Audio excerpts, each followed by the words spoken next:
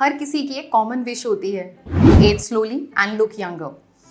अगर आपको अपनी स्किन से यंगर दिखना है तो स्किन के साथ साथ आपको अपनी मसल्स का, ब्रेन का भी ध्यान रखना पड़ेगा ताकि आपकी स्किन यंग दिखे।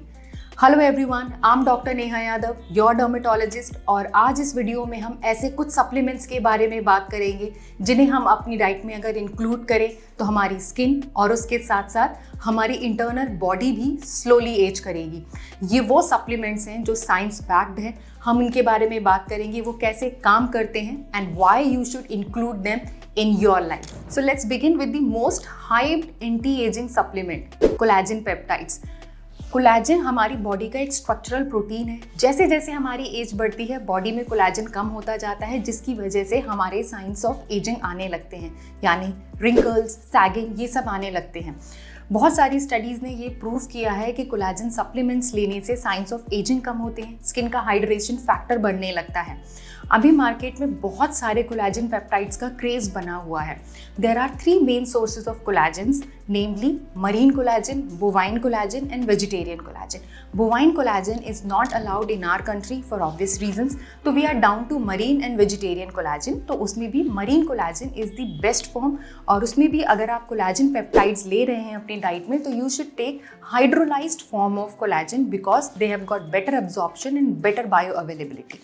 बट एज अ डर्मेटोलॉजिस्ट मैं थोड़ा सा डिफरेंट स्टैंड रखती हूँ फॉर कोलैजन पेप्टाइड्स। कोलैजन एक स्ट्रक्चरल प्रोटीन है, नीबी अगर हम कोलैजन को लेते हैं तो वो एक बहुत बड़ा मॉलिक्यूल है, वो एज सच हमारे गट से एब्जॉर्ब नहीं हो पाता है। वो लाइक एनी अदर प्रोटीन हमारी बॉडी में बहुत छोटे छोटे अमाइनो एसिड्स में ब्रेक होके फिर एब्जॉर्ब होता है। तो rather than investing a lot of money in fancy collagen peptides, अगर हम अपनी डाइट में प्रोटीन को इंक्लूड करते हैं तो भी हमें कोलैजन जैसे बेनिफिट्स मिल सकते हैं।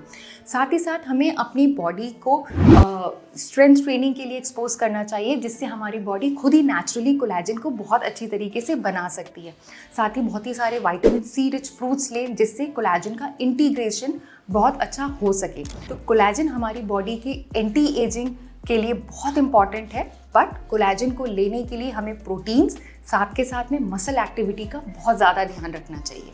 Second supplement that you can include for your anti ageing is NMN, यानी निकोटिनामाइड मोनोन्यूक्लियोटाइड। ये हमारी बॉडी में NAD में कन्वर्ट होता है। NAD जो हमारी सेल में एनर्जी के प्रोडक्शन के लिए इंपॉर्टेंट होता है। जैसे जैसे एज बढ़ती है NAD का लेवल गिरता चला जाता है, जिसकी वजह से पुअर एनर्जी प्रोडक्शन होता है, ऑक्सीडेटिव स्ट्रेस होता है, मेमोरी लॉस होने लगता है, age related weight gain, inflammation और एजिंग के साइंस दिखने लगते हैं। NMN सप्लीमेंट्स लेने से NAD के लेवल्स रिस्टोर कर जाते हैं, सेल्स ज़्यादा एफिशिएंटली काम करने लगते हैं, फिर चाहे वो स्किन के सेल्स हों, ब्रेन के या मसल्स के। कुछ स्टडीज़ ने ये भी प्रूव किया है कि NMN के सप्लीमेंट्स लेने से माइटोकॉन्ड्रिया का फंक्शंस इंप्रूव करता है। और जहाँ तक अब एंटी एजिंग रेवोल्यूशन की बात है तो अब हम माइटोकॉन्ड्रिया और DNA के लेवल पे ही स्किन की एंटी एजिंग की भी बात कर रहे हैं। पर long term safety data on NMN and NAD are still not available. तो एज अ डर्मेटोलॉजिस्ट मैं आपको ये रेकमेंड करती हूँ कि आप अपनी डाइट में NMN के नेचुरल सोर्सेज को ही ज़्यादा से ज़्यादा इंक्लूड करें, जैसे tomatoes, broccoli, avocados, cucumbers, soybean. अगर आप एक डर्मेटोलॉजिस्ट की कंसल्टेशन के अंतर्गत NMN के डाइट सप्लीमेंट्स लेना चाहते हैं तो 50 to 150 mg 1 to 2 times a day आप ले सकते हैं। ये सेफ लिमिट है, आप इनको लॉन्ग टर्म भी ले सकते हैं। थर्ड एंटी एजिंग सप्लीमेंट जिसके बारे में हम बात करने वाले हैं वो है रिस्वेरेट्रॉल। अब इसको लॉन्जेविटी मॉलिक्यूल भी कहते हैं और ये हमें मिलता है रेड ग्रेप्स में, बेरीज में और यहाँ तक कि आपकी रेड वाइन में भी। पर इसका मतलब ये नहीं है कि आपको रेड वाइन पीते ही रहना है। इसमें बहुत सारे कुछ ऐसे जीन्स का एक्टिवेशन होता है जिसको हम सर्टविन्स कहते हैं। अब सर्टविन्स वो जीन हैं जो हमारे DNA को रिपेयर करते हैं। इसके बारे में कुछ बहुत इंटरेस्टिंग ट्रायल्स हुए हैं। जब इन्हें कुछ ओल्डर अडल्ट पेशेंट्स में दिया गया था तो उसमें ये देखा गया कि उनका मेमोरी फोकस इम्प्रूव हुआ, उनका HbA1c भी इम्प्रूव हुआ, साथ ही साथ उनके फैट पैरामीटर्स में भी इम्प्रूवमेंट देखा गया।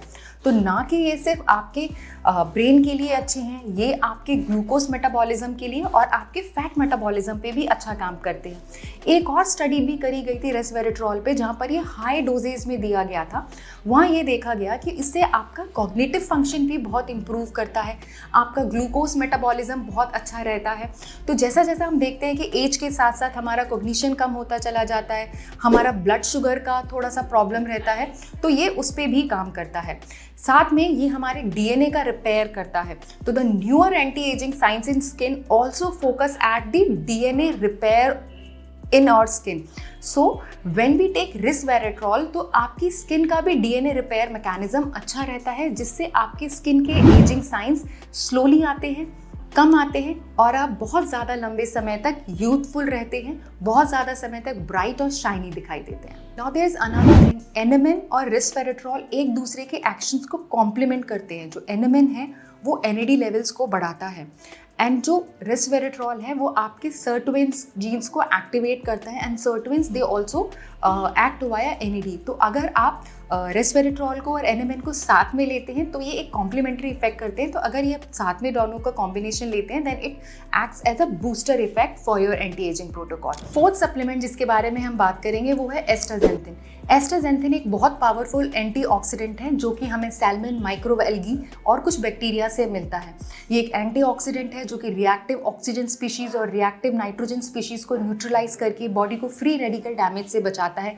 ना सिर्फ स्किन, बस उसके साथ साथ ब्रेन, आइज और कार्डियोवैस्कुलर सिस्टम पे भी काम करता है।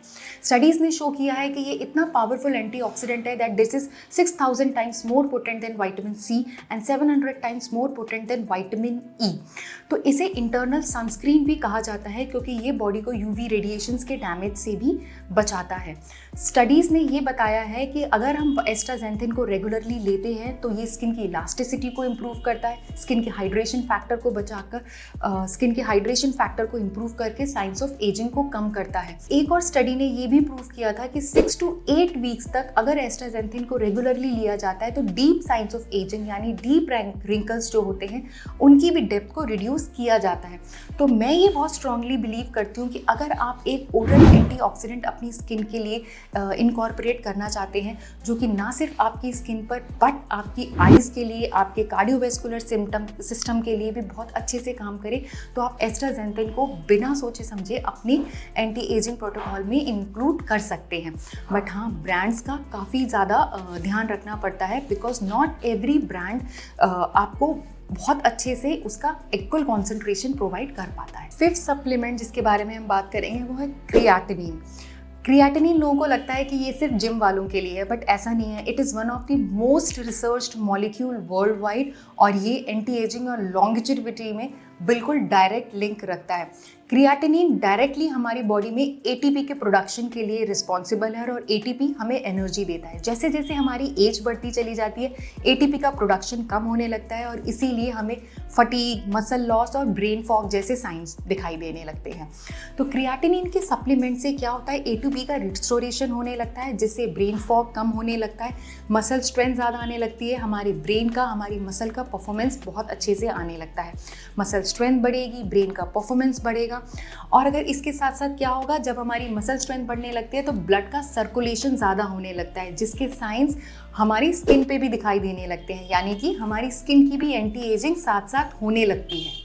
कुछ स्टडीज़ ने ये भी प्रूव किया है कि creatinine supplements are neuro protective, यानी ये आपकी ब्रेन की एजिंग को प्रोटेक्ट करता है। और अगर आप दिमाग से जवान हैं तो आप शरीर से भी जवान दिखेंगे और आपकी स्किन भी उतनी ही जवान दिखाई देगी।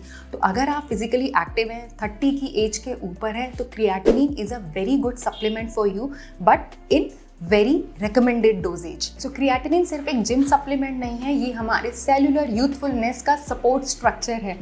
तो to summarise, anti ageing is just कि हमारे जो सेल्स हैं, हमारी बॉडी के जो सेल्स हैं वो कितने अच्छे से अपने आप को रिपेयर और रीजनरेट कर पा रहे हैं। तो अगर हम बहुत अच्छी आदतें फॉलो करते हैं तो collagen peptides, NMN, resveratrol, astaxanthin and creatinine ये सब हमारी बॉडी की एंटी एजिंग में हमें बहुत अच्छे से सपोर्ट कर सकते हैं। Mind it, these are all support structures. हमारी बॉडी के एंटी एजिंग के जो बिल्डिंग ब्लॉक्स हैं वो अभी भी हमारी अच्छी हैबिट्स ही हैं, जैसे कि good diet, good sleep, stress management. If you like this video, please subscribe to my channel, share it with someone who also find this video helpful. Please press the bell icon so that you get regular notification of such educational videos.